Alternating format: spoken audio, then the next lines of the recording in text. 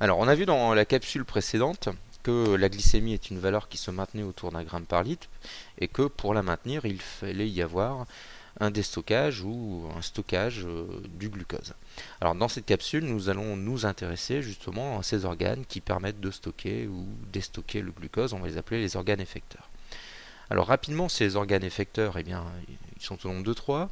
Il y a le foie, qui a une relation privilégiée donc avec le système digestif, puisque les nutriments, donc les os, les glucides simples issus de la digestion, eh bien, se retrouvent dans cette veine porte et rencontrent le premier organe, justement, c'est le foie. Le foie, lui, a des réserves de glycogène, le glycogène étant un polymère du glucose, donc une forme de réserve du glucose. Le deuxième organe, enfin le deuxième tissu qui nous intéresse, c'est le tissu adipeux. Il est formé de cellules dites graisseuses ou de cellules adipeuses, on dit encore d'adipocytes.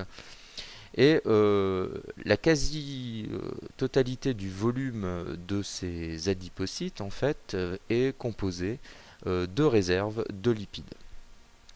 Enfin, un troisième organe que je ne présente plus, il s'agit du muscle. Alors que se passe-t-il quand on est en dehors des repas? Eh bien la glycémie a tendance à être basse et il va y avoir effectivement donc un déstockage du glucose par le foie à partir du glycogène. Donc le glycogène va être dépolymérisé et donner du glucose qui pourrait être utilisé donc par les autres cellules de l'organisme. Au contraire, quand on est au moment des repas, c'est-à-dire ce qu'on appelle un état postprandial, eh bien la glycémie a tendance à s'élever dans la circulation, il faut donc la faire baisser.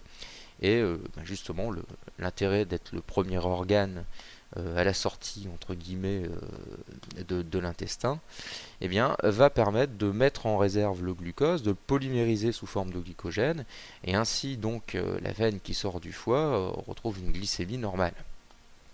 Alors, il faut stocker, il faut déstocker le glucose. Alors, on va voir par quel mécanisme on peut stocker du glucose, par exemple ici, lors d'un repas. Alors, il y a deux processus. On va soit synthétiser du glycogène, ce qu'on appelle la glycogénèse, ou alors synthétiser des lipides, ce qu'on appelle la lipogénèse. Alors, commençons par la glycogénogénèse. Alors, la glycogénogénèse est faite par le foie et est réalisée aussi par les muscles. Alors, le principe est le suivant, donc quand ce soit une cellule musculaire ici ou une cellule hépatique, eh bien le glucose, on verra le mécanisme dans les capsules suivantes, eh bien va être absorbé entre guillemets par les cellules hépatiques ou les cellules musculaires et va se retrouver à la suite de transformation enzymatique en glucose 6-phosphate, en glucose 1-phosphate et enfin la polymérisation du glucose 1-phosphate donne sa forme de réserve qu'est le glycogène. Deuxième mécanisme pour stocker du glucose, eh bien, il s'agit de ce qu'on appelle la lipogénèse et qui se réalise dans le tissu adipeux. Eh bien, le glucose qui est libre dans le sang eh bien, va être absorbé par les cellules adipeuses, les adipocytes, et finalement va se retrouver associé entre guillemets donc avec des acides gras libres, donc des lipides, des petits lipides qu'on trouve dans le sang, pour former des triglycérides qui sont des formes de réserve des lipides. Donc ainsi ça fait effectivement baisser également la concentration de glucose sanguin. Alors, situation contraire, il faut maintenant libérer du glucose, on est par exemple en dehors des repas ou à jeun. Alors là, il y a deux mécanismes qui vont intervenir, c'est ce qu'on appelle la glycogénolyse. Eh bien, il va falloir détruire le glycogène, le scinder, pour pouvoir libérer le glucose. Ou alors, un autre mécanisme, il va falloir fabriquer du glucose à partir de molécules qui ne sont pas glucidiques. Alors, intéressons-nous tout d'abord à la glycogénolyse. Donc, la glycogénolyse eh bien, se réalise exclusivement donc, au niveau du foie. On va l'expliquer juste après. Donc, à partir du glycogène, on a les étapes contraires de la glycogénogénèse. On a formation de glucose 1-phosphate, de glucose 6-phosphate, et grâce à une enzyme qui est la glucose 6-phosphatase, on a du glucose qui lui peut sortir dans la circulation et ainsi augmenter la glycémie qui était trop basse.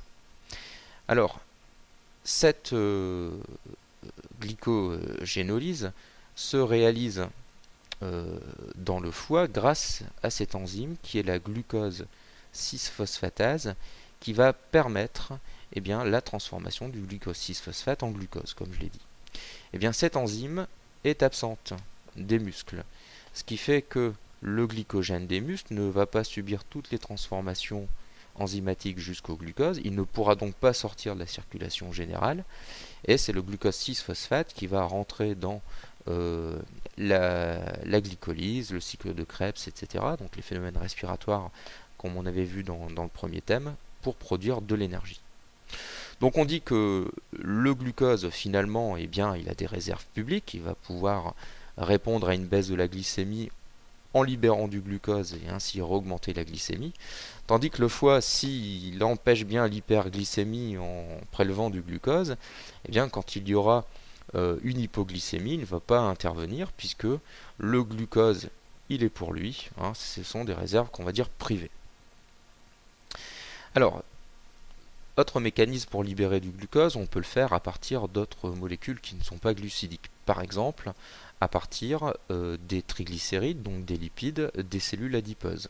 Les triglycérides sont scindés en glycérol et en acide gras, et glycérol et acide gras vont partir vers le foie où, par des mécanismes enzymatiques, on va resynthétiser du glucose. Bon, c'est une étape un petit peu plus longue, ça ne permet pas vraiment une régulation, de répondre immédiatement, si vous voulez, à une hypoglycémie.